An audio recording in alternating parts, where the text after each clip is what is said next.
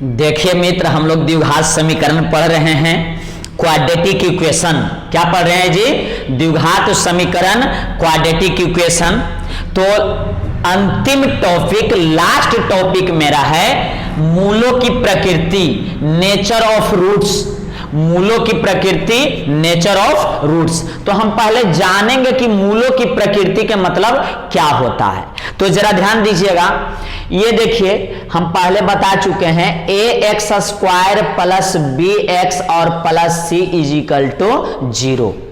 कलम कॉपी निकाल कर रेडी हो जाइए और साथ में आपको लिखते भी चलना है, साथ में लिखते भी चलना है, राइट भी करना है आपको। और एक बात, जो वीडियो को सब्सक्राइब नहीं किए हैं, मतलब चैनल को जो सब्सक्राइब नहीं किए हैं वो जरूर सब्सक्राइब कर दीजिए और लाइक भी जरूर कीजिए और अपने दोस्तों के पास शेयर भी क्या कीजिए। तो जरा ध्यान दीजिएगा, ax² plus bx plus c equal to 0, ये हुआ द्विघात समीकरण का व्यापक रूप, जनरल फॉर्म हुआ।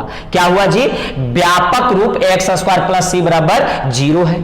और इसका जो मूल निकलेगा वो x इक्वल टू, हम साबित करके बता चुके हैं कि x इक्वल टू होता है -b प्लस माइनस √d और बटा होता है 2a। ये फॉर्मूला हम सिद्ध करके भी बता चुके हैं, प्रूफ किए हैं। जो स्टूडेंट नहीं पिछला वीडियो देखे हैं वो पिछला वीडियो जाकर देख लीजिए ताकि इसका प्रूफ आपको अच्छी तरीका से समझ में आ जाए। तो जहां जरा ध्यान दीजिएगा मित्र, आप लोग ठीक से समझिए, समझने में आपको कोई प्रॉब्लम नहीं होगा क्योंकि एक एक टॉपिक, एक एक बिंदु, एक एक पॉइंट हम आपको अच्छी तरीका से समझा देंगे। जहां d इक्वल टू होता है b² minus 4ac। d equal to क्या होता है? b² minus 4ac। हम पहले ही बता चुके हैं कि d को हम लोग बोलते हैं विविक्तर या विवेचक। क्या बोलते हैं मित्र? विविक्तर, या इसी को हम लोग क्या बोलते हैं जी? तो विवेचक बोलते हैं। डिस्क्रिमिनांट बोला जाता है। क्या बोला जाता है इंग्लिश में? डिस्क्रिमिनांट बोला जाता है। अब जरा ध्यान दीजिएगा, तो मूलों की प्रकृति, मूल मतलब देखिए, मूल मतलब होता है शून्यक भी, और मूल मतलब होता है मान भी, और मूल मतलब होता है हल भी। मतलब मूल के कितना नाम हुआ? शून्यक, मान, हल, उसी को हम लोग रूट्स बोलते हैं, वैल्यू बोलते हैं, तो जीरोज भी बोलते हैं, जीरोज। तो ये मूलों की प्रकृति कहने का मतलब इसका जो हम लोग मान निकालेंगे, जो वैल्यू निकालेंगे, किसका? x का जो मान निकालेंगे वो वास्तविक होगा कि काल्पनिक होगा। जरा ध्यान दीजिएगा, मूलों की प्रकृति के मतलब क्या होता है, यही ज्यादातर स्टूडेंट समझ नहीं पाते हैं कि मूलों की प्रकृति के अर्थ क्या होता है, मीनिंग क्या होता है। तो यहां पे समझिए, मूलों की प्रकृति का मतलब या मीनिंग ये हुआ कि जो ये देखिए द्विघात समीकरण है, इसका जो हल निकला x का जो मान निकलता है वो वास्तविक है कि काल्पनिक है, और समान है या असमान है, यही देखना होता है। मतलब मूलों की प्रकृति से हमें यह पता चल जाता है कि जो द्विघात समीकरण के हल किए हैं और जो हमें x का मान निकाले हैं, जो उस द्विघात समीकरण के हल करने के बाद उसका मान निकाले हैं, वो वास्तविक है कि काल्पनिक है, और समान है या असमान है। मान लीजिए कि इसका हम हल किए, ये द्विघात समीकरण है, मान लेते हैं ये द्विघात समीकरण है, इसे हल किए और इसका वैल्यू आ गया x का, x बराबर 2 और एक मान आया कितना? 3 आया। x का कितना मान आया? 2, एक आया, x का मान 2 आया और एक आया 3। तो आप हमें बताइए कि ये दोनों मूल जो आंसर आया है, दोनों समान है कि असमान है? तो अलग अलग है, भिन्न भिन्न है। ये 2 है और ये 3 है। अगर 2 और 2 रहता या 3 रहता तब ये क्या होता? समान होता। क्या होता मित्र? समान होता। लेकिन ये क्या है? असमान है। क्या है जी? असमान है। तो हम लोग मूलों की प्रकृति से ये पता कर लेंगे। मूलों की प्रकृति के मतलब यही हुआ कि असमान है, तो यहां देखिए असमान था और इसमें क्या है मित्र? समान है। अब वास्तविक या काल्पनिक है, इसका मतलब क्या है?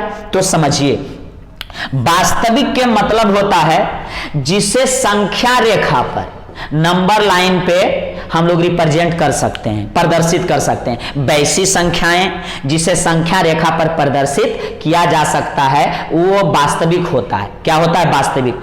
और काल्पनिक वैसी संख्या नंबर जिसे संख्या रेखा पर प्रदर्शित नहीं किया जा सकता है, जिसे संख्या रेखा पर प्रदर्शित नहीं किया जा सकता है, जैसे -4, -2, -9, ये सब को संख्या रेखा पर प्रदर्शित नहीं किया जा सकता। और ये आपको अभी पढ़ना नहीं है, 11th क्लास में पढ़ना है। कहां पढ़ना है? 11th क्लास में। तो 11th क्लास में जब जाएंगे तो वहां पे इसका विस्तृत जानकारी मिलेगा आपको।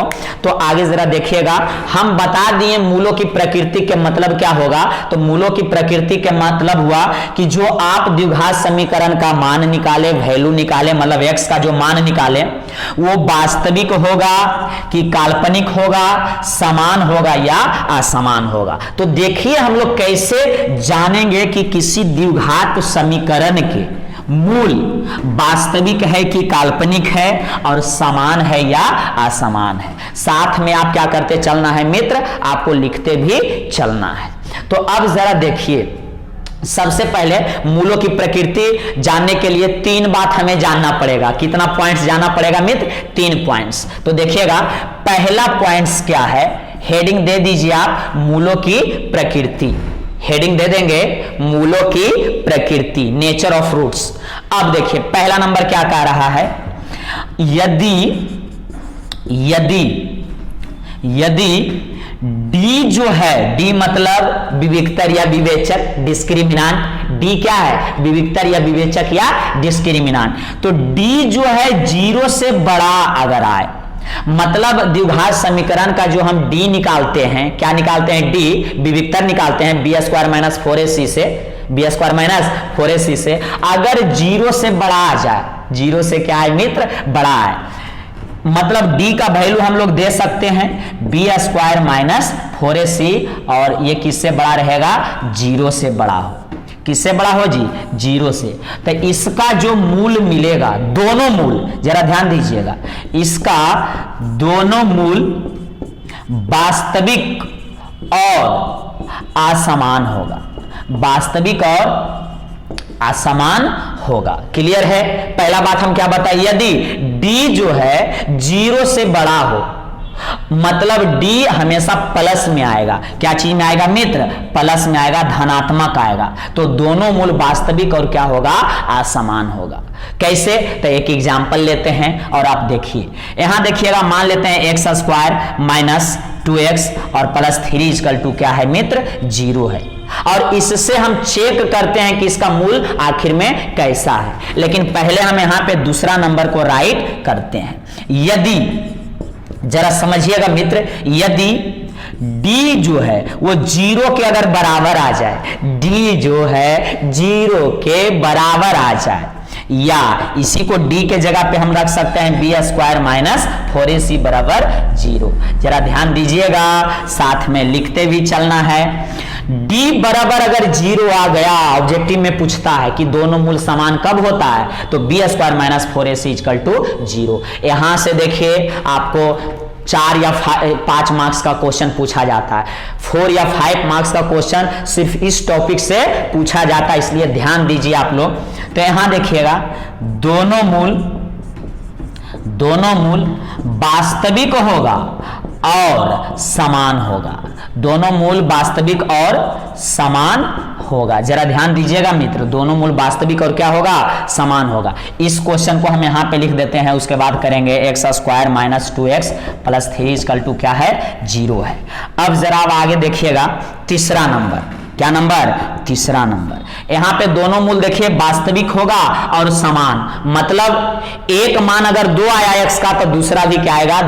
2 ही आएगा। अगर एक 10 तो दूसरा 10। लेकिन इसमें ऐसा नहीं है, अगर इसमें 1 आया 2 तो इसमें 3 आ सकता है, 4 अलग अलग रहेगा। लेकिन समान का अर्थ क्या हुआ कि अगर एक 5 आया तो दूसरा भी क्या आएगा मित्र? 5 ही आएगा। तो आगे जरा देखिएगा, तीसरा नंबर में, यदि d 0 से क्या हो जाए? छोटा हो जाए, या b² - क्या है? 4ac ये छोटा है किससे?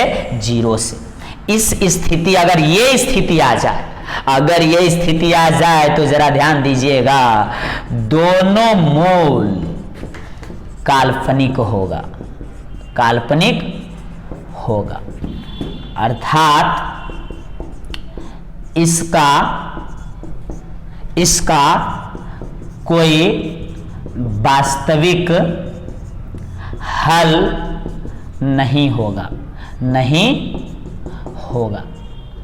जरा ध्यान दीजिएगा, दोनों मूल काल्पनिक होगा, क्या होगा, काल्पनिक, अर्थात इसका कोई वास्तविक हल नहीं होगा। देखिए अगर d बड़ा 0 से आया तो हल कर सकते हैं हम, d बराबर 0 आया तो हल कर सकते हैं, उसका मान निकाल सकते हैं इसका और इसका, लेकिन इसका हल संभव नहीं है। जब d छोटा आ जाए मतलब निगेटिव में आ जाए, माइनस में, जब माइनस में आ जाएगा, क्या चीज में आएगा, माइनस में आ जाएगा, तब इसका हल संभव नहीं है। लेकिन 11th क्लास में इसका हल संभव है, क्योंकि इसका इमेजिनरी नंबर में हम लोग पढ़ेंगे, काल्पनिक संख्या में।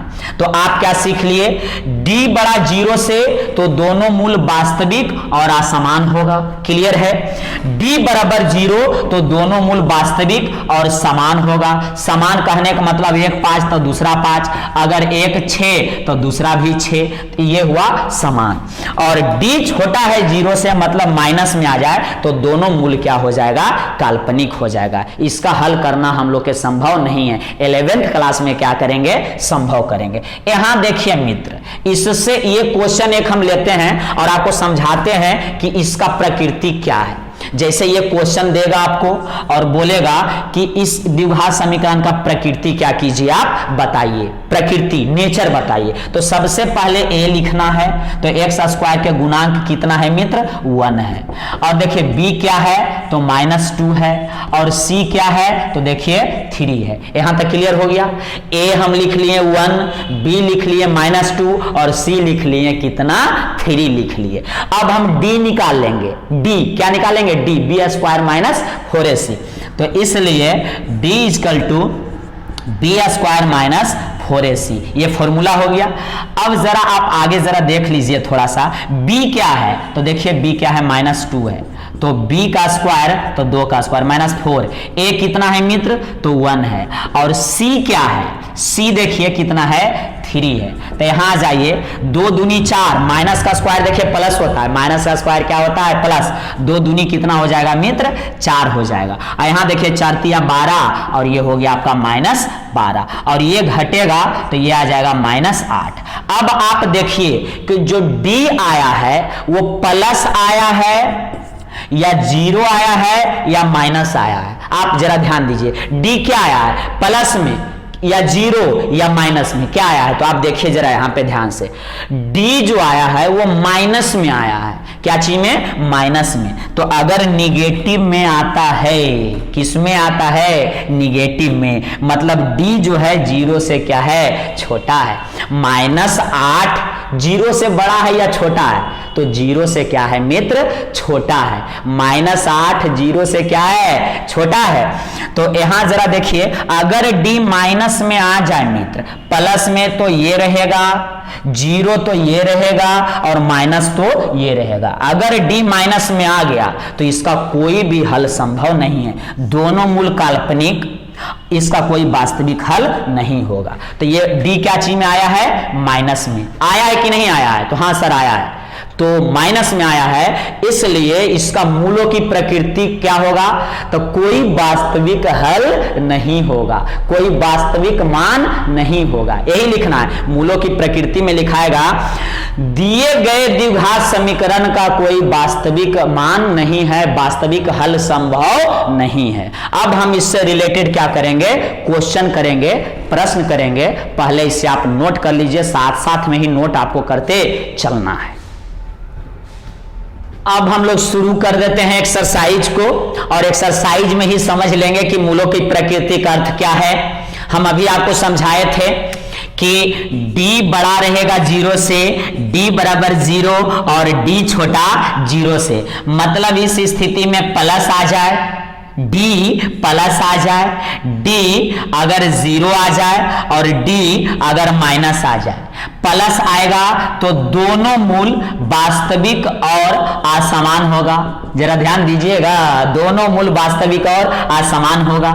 इसमें दोनों मूल वास्तविक और क्या होगा मित्र, समान होगा, और इसमें तो कोई भी वास्तविक मान नहीं होगा, मतलब क्या होगा, काल्पनिक होगा। जरा ध्यान दीजिएगा। तो इसी आधार पे हम करेंगे क्वेश्चन नंबर 1 एक्सरसाइज 4.4। एनसीईआरटी चल रहा है, एनसीईआरटी एक्सरसाइज 4.4 क्वेश्चन नंबर 1 का फर्स्ट क्वेश्चन है कि मूलों की प्रकृति ज्ञात कीजिए, मूलों की प्रकृति बताइए और इसका हल निकालिए, x का मान आप निकालिए। क्वेश्चन क्या है, सबसे पहले मूलों की प्रकृति जांच कीजिए और उसके बाद इस क्वेश्चन को हल करके x का मान निकालिए। तो मूलों की प्रकृति निकालने के लिए सबसे पहले a, b, c निकालते हैं। तो a बताइए, जल्दी कॉपी में लिखिए क्या है, उसके बाद b लिखिए और उसके बाद आप c लिखिए। जल्दी हमें बताइए क्या है a, b, c, जल्दी साथ में लिखते चलना है, सिर्फ वीडियो को देखना ही नहीं है, साथ में लिखते भी चलना। तो a देखिए क्या है, तो x स्क्वायर के गुणांक को a बोलते हैं, तो यहां पे देखिए a जो है वो 2 है, क्लियर है। b देखिए ये होता है x का गुणांक, तो -3 है। और c देखिए क्या है मित्र, अचर पद कांस्टेंट है, वो क्या है आपका 5 है। क्लियर है यहां तक, चलिए बिल्कुल क्लियर है। अब हम लोग d निकालेंगे, क्योंकि मूलों की प्रकृति हमें किससे पता चलता है मित्र, d से ही पता चलता है। तो d है b square minus 4ac, clear हो गया। अब यहां देखिए b का वैल्यू हम लोग रखेंगे कितना, -3, तो -3 का हो गया स्क्वायर, -4। a क्या है, तो a देखिए यहां पे क्या है 2 है, और c क्या है 5 है। तो केयरफुली तरीका से अच्छा से आप क्या कीजिए, रखिए और इसे अब आप सोल्व कीजिए। माइनस का स्क्वायर देखिए मित्र प्लस होता है, और 3 का स्क्वायर क्या होगा, 9 होगा, तो ये हो जाएगा 9। देखिए यहाँ पे माइनस 4 दूनी क्या है 8, 4 दूनी क्या है 8, और 8 पचे क्या होता है 40 होता है, तो ये हो गया आपका 40। और 40 में से अगर 9 गया, 40 में से क्या गया मित्र, 9 गया, तो ये आप बताइए कितना बचेगा, तो -31, क्योंकि 40 बड़ा है। अब आपको देखना है कि ये जो -31 आया, ये d जो है, ये d बराबर क्या आया है -31, तो ये 0 से बड़ा है या छोटा है, तो ये 0 से क्या है मित्र, छोटा है। मतलब d अगर माइनस में आ जाए, तो देखिए d माइनस में आया, अगर d माइनस में आ गया तो कोई भी वास्तविक हल संभव नहीं है, तो इसका लिख देना। इसका मूलों की प्रकृति पूछ रहा है, तो लिखेंगे अतः दिए गए मूलों की प्रकृति, साथ में लिखिए जल्दी आप लोग, अतः दिए गए मूलों की प्रकृति, दिए गए मूलों की प्रकृति दोनों मूल काल्पनिक होगा, दोनों मूल काल्पनिक होगा, तथा इसका हल संभव नहीं है, हल संभव नहीं है। 11th क्लास में हम लोग इसका हल संभव करना सीखेंगे। दोनों मूल देखिए मित्र, दोनों मूल काल्पनिक है, इसका मतलब कोई वास्तविक मूल नहीं होगा, कोई वास्तविक मूल नहीं होगा। तो जरा ध्यान दीजिए, अगर d माइनस में आ गया, d क्या चीज में आ गया मित्र, माइनस में, निगेटिव में, तो दिए गए द्विघात समीकरण का कोई वास्तविक मूल संभव, मतलब कोई वास्तविक मूल नहीं होगा, कोई वास्तविक मूल नहीं होगा। और जब वास्तविक मूल नहीं होगा तो इसका हल संभव नहीं है। तो अगला क्वेश्चन हम लोग करते हैं, पहला क्वेश्चन बन गया। अब देखिए मित्र, हम लोग सेकेंड क्वेश्चन करने जा रहे हैं, पहला का सेकेंड, फर्स्ट का सेकेंड करेंगे, तो इसे भी वही करना है, उसी तरीका से हल करना है। पहले मूलों की प्रकृति पता करना है और उसके बाद x का वैल्यू निकालना है।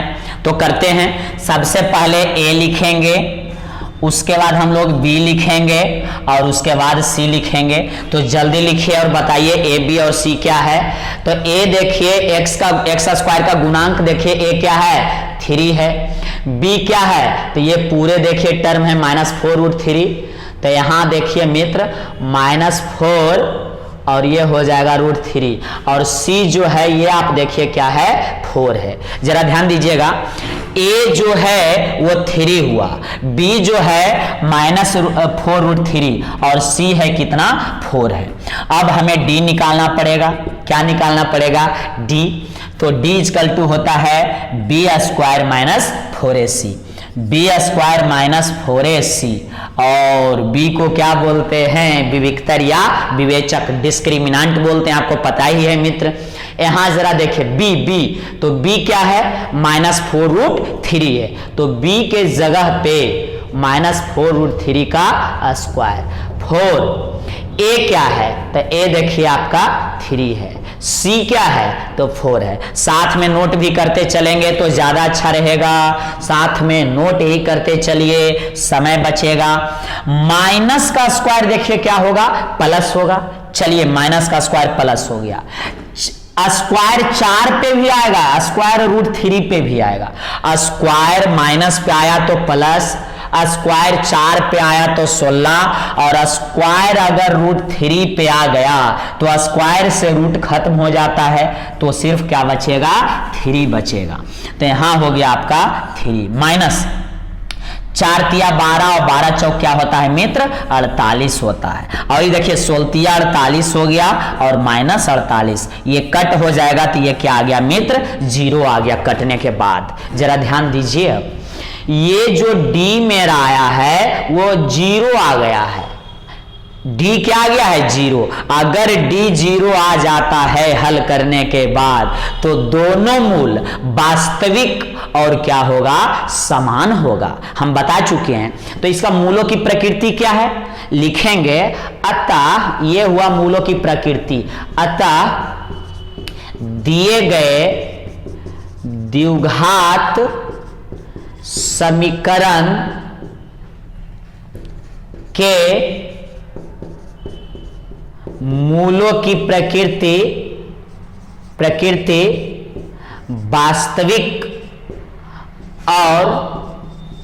वास्तविक और समान होगा या समान है। क्लियर हो गया, मूलों की प्रकृति क्या है वास्तविक और समान। तो जब वास्तविक और समान आ गया तो इसे हम हल कर सकते हैं, क्या कर सकते हैं हल कर सकते हैं। तो हल कर देंगे तो फॉर्मूला निकालेंगे, मतलब निकालेंगे नहीं लिखेंगे, तो -b प्लस माइनस √d और y क्या हो गया 2a। और ये फॉर्मूला आप जानते हैं, x का मान हमें क्या करना है निकालना है। तो b का वैल्यू यहां से देखिए रखिए, यहां पे -4√3 है, तो चलिए b का रख देते हैं -4√3 प्लस माइनस √d। तो d देखिए क्या निकाल चुके हैं 0, सभी क्वेश्चन में इसी तरह से करना है।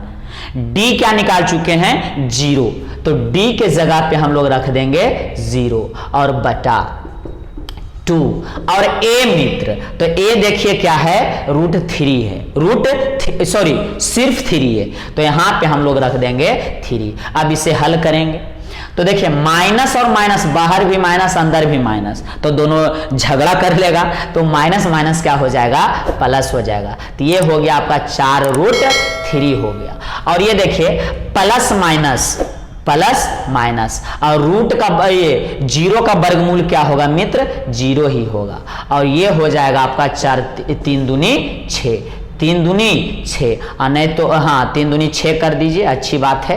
अब आगे जरा देखिए, तो ये ऊपर में देखिए 4 और 0 इसमें जोड़िए या घटाइए कोई फर्क पड़ने वाला नहीं है। देखिए मित्र, इसमें 0 को जोड़िए या घटाइए कोई फर्क पड़ेगा नहीं। तो ये हो गया आपका 4√3 और बटा नीचे हो गया 6, तो ये 2 से कटेगा और ये 3 से कटेगा, आपको पता ही है। तो ये हो गया आपका 2√3 और बटा क्या हो गया मित्र 3 हो गया, 2√3 और बटा 3। तो आप देखिए दोनों मूल दोनों मूल्य ही होगा। x का जो दो मान यहां पे आएगा मित्र, ये 2√3 और बाई 3, और एक और दूसरा भी मान क्या है, यही है। तो देखिए दोनों मूल वास्तविक है, वास्तविक है और समान भी है। समान कहने का अर्थ हो रहा है कि जो एक मान है वही दूसरा मान है। जरा ध्यान दीजिएगा, जब देखिए d 0 आता है तो दोनों मूल वास्तविक और समान आया कि नहीं, तो हां सर आया। अगर ये मान नहीं दे तो टेंशन लेने की आवश्यकता नहीं है। x = 2√3/3। अगर ये मान नहीं, ऐसे ये बिल्कुल सही है, कोई दिक्कत कोई प्रॉब्लम नहीं है, लेकिन अगर ये नहीं दे आंसर तब ये तरीका भी हम कर सकते हैं। यहां पे जरा ध्यान दीजिएगा, देखिए मित्र 3 को अगर यहां 3 है तो इसे 2 बार हम √3 लिख सकते हैं, क्योंकि √3 × √3 क्या मिलेगा, 3 ही मिलेगा। तो यहां देखिएगा 2√3 और बाई यहां देखिएगा 3 को हम 2 गो √3 लिख रहे हैं और एगो से वो काट देंगे। ये प्रक्रिया सिर्फ हम इसलिए किए हैं क्योंकि √3 जो ऊपर वाले क्या हो जाए, कट जाए, और यहां देखिए बचा आपका 2√3। तो ये x का वैल्यू, तो x का वैल्यू एक 2/√3 और दूसरा भी हो जाएगा आपका 2√3 ही हो जाएगा। तो देखिए दोनों मूल समान है कि नहीं है, तो एक 2/√3 है तो ये भी कितना है, 2/√3। मतलब दोनों मूल है जो एक ही है, समान है। तो ये भी आंसर आपका गलत नहीं है, ये भी हो सकता है। अगर ये नहीं रहे तब आपका ये भी आंसर हो सकता है। दोनों में से कोई भी आंसर गलत आपका नहीं है। अगला क्वेश्चन करेंगे, आप नोट साथ में करते भी चलेंगे। क्वेश्चन नंबर फर्स्ट का तीसरा करेंगे, तो जरा ध्यान दीजिएगा, प्रोसेस वही रहेगा। पहले हम लोग ए लिखेंगे, उसके बाद हम लोग बी लिखेंगे और उसके बाद हम लोग क्या लिखेंगे मित्र, सी लिखेंगे। तो जरा ध्यान दीजिएगा, ए जो है x² का गुणांक है, बी जो है -6 है और सी है जो कितना है मित्र, 3 है। ए 2, बी हुआ -6 और सी हुआ अचर पद 3। अब सबसे पहले हम लोग क्या निकालेंगे, डी निकालेंगे, b² - 4ac। अब सबका मान वैल्यू रख दीजिए, तो b बताइए क्या है, -6 है तो -6 का स्क्वायर -4। a क्या है मित्र, a तो देखिए 2 है आपका, c क्या है तो आपका 3 है। सब वैल्यू हम रख दिए। अब उसके बाद हल कर देंगे, हल कर देंगे, हल कर देंगे। तो ये देखिए माइनस का स्क्वायर प्लस 6 का स्क्वायर हो जाएगा आपका 36, 4 दूनी 8, 4 दूनी 8 और 8 तिया 24, ये हो गया -24। और 36 में से 24 जाएगा तो आप जानते हैं कि 12 होता है, क्या आता है 12। तो D जो आ गया है, जरा ध्यान दीजिएगा, D जो आया है मित्र वो प्लस में आया है। क्या चीज में, प्लस में, मतलब ये है जो 0 से क्या है, बड़ा है। D जो है 0 से क्या है, बड़ा है, मतलब ये प्लस में आया है और प्लस में रहता है। अगर D प्लस में आया तो उसका दोनों मूल वास्तविक होगा किंतु असमान होगा, भिन्न भिन्न होगा, अलग अलग होगा। तो ध्यान दीजिएगा, चूंकि दिए गए द्विघात समीकरण के दोनों मूल वास्तविक और असमान होगा, वास्तविक और क्या होगा, असमान होगा। जरा ध्यान दीजिएगा, ये हुआ मूलों की प्रकृति। इसका मूलों की प्रकृति कैसा है, वास्तविक और असमान है। क्यों हुआ, क्योंकि D जो है प्लस में आ गया। D क्या चीज में आ गया, प्लस में। अब इसका हमें वैल्यू निकालना है, x का मान निकालना है, साथ में जल्दी जल्दी नोट भी करते चलना है। तो अब x का value -b plus minus √d और y2a। d को विविक्तर या विवेचक बोलते हैं, आपको पता है। आगे बढ़े तो बढ़ जाते हैं, चलिए। -b देखिए b, तो b का वैल्यू यहां से देखिए मित्र रख देंगे, -6 है तो ये रख दिए हम -6 plus minus under root D. D देखिए क्या निकाल चुके हम लोग 12, देख लीजिए ध्यान से, डी 12 है तो डी के स्थान पे हम लोग रखेंगे 12। और 2 ए देखिए मित्र कितना है, तो 2 है मतलब 2 है, तो यहां हम रखेंगे 2।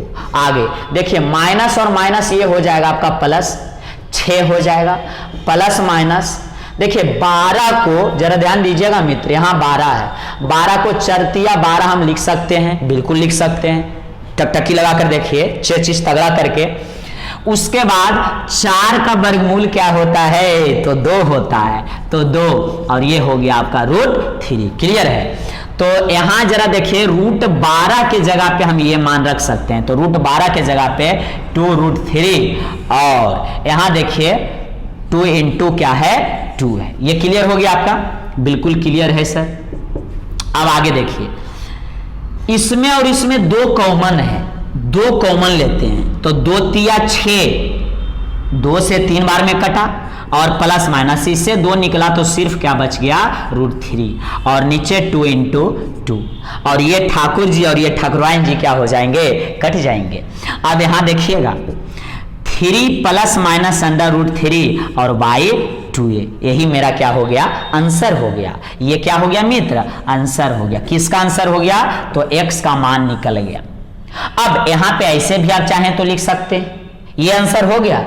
आप चाहें तो एक बार प्लस वाला लीजिए और एक बार माइनस वाला, तो देखिए 3 और प्लस √3 और बाई क्या है 2 है, 3 प्लस √3 बाई 2, हम एक बार प्लस वाला लिए हैं मित्र, अब एक बार माइनस वाला हम ले रहे हैं, 3 माइनस √3, 3 माइनस √3 और बाई 2। तो देखिए दोनों मूल आपको समान लग रहा है, नहीं असमान है। यहां देखिए ये प्लस में है और ये क्या चीज में है, माइनस में है, तो दोनों मूल क्या है, असमान है। तो यही हम लिखें वास्तविक है किंतु क्या है, असमान है। असमान कहने के मतलब होता है भिन्न भिन्न, या इसी को हम लोग बोल सकते हैं क्या मित्र, अलग अलग। तो पहले ये नोट कर लीजिए, अच्छा से नोट कीजिए, फिर हम आगे बढ़ते हैं। क्वेश्चन नंबर सेकेंड करेंगे मित्र। क्वेश्चन नंबर सेकेंड में 2 क्वेश्चन है, 2 क्वेश्चन है, एक है आपका फर्स्ट और एक आपका क्या है सेकेंड। बहुत बेहतरीन क्वेश्चन है। क्वेश्चन क्या कह रहा है जरा सुनिएगा कि k का वैल्यू निकालिए, k का वैल्यू निकालिए, मान निकालिए, जबकि ये दोनों समीकरण का, द्विघात समीकरण का समान मूल है, समान मूल है। जरा ध्यान दीजिएगा, k का वैल्यू निकालना है जब दोनों का मूल क्या हो, समान हो, तो हमें k का वैल्यू निकालना है। तो जरा ध्यान दीजिएगा, सबसे पहले हम a b c लिख लेंगे, सबसे पहले a लिखेंगे 2। इस तरह के क्वेश्चन बोर्ड एग्जाम में पूछा जाता है 3 मार्क्स में और 1 मार्क्स में भी पूछा जाता है, लेकिन ज्यादा 3 मार्क्स में पूछा जाता है।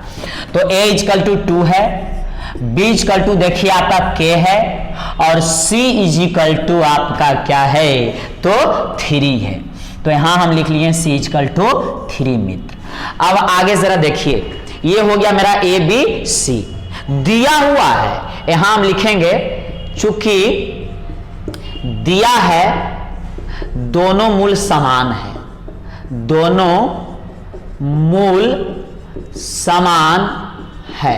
तो दोनों मूल समान कब होता है, जब d 0 के बराबर होता है, विविक्तर जब 0 के बराबर होता है। तो दिया हुआ है दोनों मूल समान है, इसलिए दोनों मूल समान है, तो d = क्या हो जाएगा मित्र, 0 हो जाएगा। जरा ध्यान दीजिएगा, तो यहां देखिए d का फॉर्मूला लगा देंगे, b² - 4ac और = क्या हो गया 0। सबसे पहले सुनिए, हम a b c लिख लिए, क्वेश्चन में दिया हुआ था दोनों मूल समान है, दोनों मूल समान होता है तो d 0 के बराबर होता है, d 0 के बराबर है तो d का फॉर्मूला ये हम क्या किए, लगा दिए b² - 4ac। यहां तक क्लियर है। अब जरा देखिए b जो है मित्र, b वो देखिए k है, तो b है जो k, तो k का स्क्वायर, b के जगह पे k रखें और स्क्वायर था तो स्क्वायर दिए -4। a देखिए क्या है a, तो a देखिए मित्र 2 है और c क्या है c, तो c देखिए 3 और इक्वल टू क्या हो जाएगा 0 हो जाएगा। ये देखिए के स्क्वायर 4 दूनी 8 और 4 तिया 12, नहीं तो इसी तरह से इसे हम क्या करें, रहने दीजिए 4 इंटू 3 दूनी आप 6 लिख सकते हैं और इक्वल टू 0। हम क्यों ऐसा कर रहे हैं आप जरा देखिए, के स्क्वायर ये माइनस में इस तरफ है और उस तरफ जाएगा तो क्या चीज में होगा मित्र, प्लस में होगा। तो माइनस से उस तरफ कर दें तो कर दीजिए, तो माइनस से उस तरफ गया तो प्लस में 4 और गुने क्या होगा 6। अब स्क्वायर इस तरफ लाएंगे तो रूट में होगा, वर्गमूल में होगा। तो k इक्वल टू देखिए जब स्क्वायर आता है तो प्लस और माइनस भी लेकर आता है, तो plus minus under root 4 into क्या हो जाएगा 6।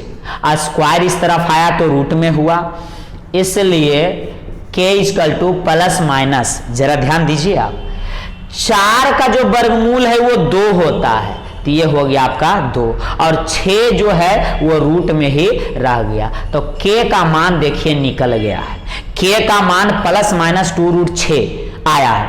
अगर k का मान ये रहेगा तो इसका मूल क्या होगा, समान होगा। तो k का मान मेरा क्या हुआ, निकल गया।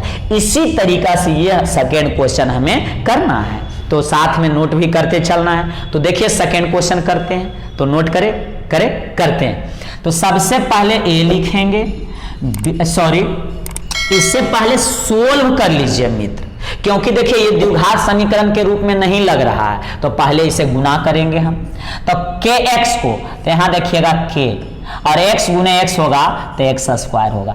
kx को हम अंदर गुना कर रहे हैं, तो kx को x से किए तो kx स्क्वायर माइनस 2 को kx से किए तो देखिए 2k और यहाँ x प्लस 6 इक्वल टू 0। अब द्विघात समीकरण में आ गया तो a b c लिख लेंगे। a देखिए क्या है तो k है, b क्या है तो माइनस 2k है और c क्या है तो आप देख ही रहे हैं अपना नेत्र से क्या है 6 है। आगे बढ़े तो बढ़ जाते हैं। चूंकि दिया है क्या दिया है, दोनों मूल समान है, तो दिया हुआ है दोनों मूल समान है। और जब दोनों मूल समान होता है तो d किसके बराबर होता है, 0 के बराबर। तो d बराबर क्या लगा दिए 0। उसी तरीका से यहाँ फॉर्मूला लगाएंगे हम d का, तो b स्क्वायर माइनस 4ac बराबर 0। d को विविक्तर या विवेचक या डिस्क्रिमिनेंट भी बोलते हैं। तो b का वैल्यू रख दीजिए, b देखिए माइनस 2k है तो माइनस 2k और स्क्वायर भी है तो स्क्वायर भी देंगे। 4 a क्या है मित्र, तो a देखिए k है और c क्या है तो c है जो क्या है 6 है, तो यहां दे दिए 6 और इक्वल टू 0। माइनस का स्क्वायर क्या होगा जी, प्लस होगा सर। 2 का स्क्वायर क्या होगा 4 होगा, चलिए हम 4 लिख दिए। और k का स्क्वायर क्या होगा तो ये हो गया आपका k स्क्वायर माइनस देखिए 4 गुने 6 और गुने k, 4 गुने 6 गुने क्या हम कर दिए k और इक्वल टू क्या हो गया 0 हो गया। ऐसा करते हैं ये दोनों में हम कॉमन ले लेते हैं। क्या ले लेते हैं, कॉमन। तो देखिए 4 भी मिला दोनों में और एक k भी देखिए मिल रहा है, तो 4 और k कॉमन ले लेते हैं। तो 4 निकला k निकला, तो यहाँ तो एक k बचेगा, 2 k है तो एक k बचेगा, तो k माइनस यहाँ देखिए 4 निकला, ये माइनस का माइनस लिख दिए, 4 निकला और k निकला, तो सिर्फ क्या बचा 6 और इक्वल टू क्या हो गया 0। अब देखिए इसे भी 0 के बराबर करेंगे, 4k इक्वल टू 0 और k minus 6 equal to 0। Clear हो गया। यहां देखिएगा इसे भी 0 के बराबर कर दिए और इसे भी 0 के बराबर कर दिए। तो यहां देखिएगा k इक्वल टू 0y क्या है मित्र 4 है। ये गुना से ये भाग में आया तो ये हो गया आपका यहाँ पे 0, तो k हो गया जो 0 के बराबर और यहाँ जो k का मान आया वो क्या आ गया 6 आ गया। तो k बराबर 0 और k बराबर 6, तो यही तो मान निकालना था। तो आज का क्लास का सेवा यहीं तक रखते हैं। आगे अब 3 या 4 क्वेश्चन और है, तो उसे 3 या 4 क्वेश्चन कंप्लीट करेंगे और उसके बाद द्विघात समीकरण क्वाड्रेटिक इक्वेशन पूरी तरीका से आपका क्या हो जाएगा, कंप्लीट हो जाएगा। उसके बाद हम लोग न्यू चैप्टर, नया चैप्टर स्टार्ट करेंगे जो कि बहुत बेहतरीन होगा। तो तब तक के लिए आपसे अलविदा लेते हैं। धन्यवाद आपको बहुत बहुत।